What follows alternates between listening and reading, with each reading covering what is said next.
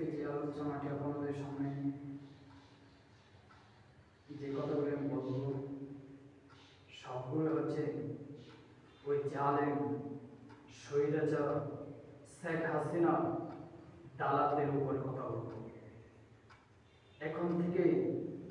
এই বাংলার মুসলমান আওয়ামী লীগদেরকে ভয় পায় না, এই বাংলার মুসলমান এই দুনিয়ার কাউকে ভয় পায় না, এই বাংলার মুসলমান নরেন্দ্র মোদীকে ভয় পায় না, এই বাংলার মুসলমান একমাত্র আল্লাহ ছাড়া খুদার কসম কাম মিন ফিয়াতিন কলিলাতিন ওয়ালাবাত ফিহা কাসীরাতান বিইজনিল্লাহ, এই মুসলমান আল্লাহকে ছাড়া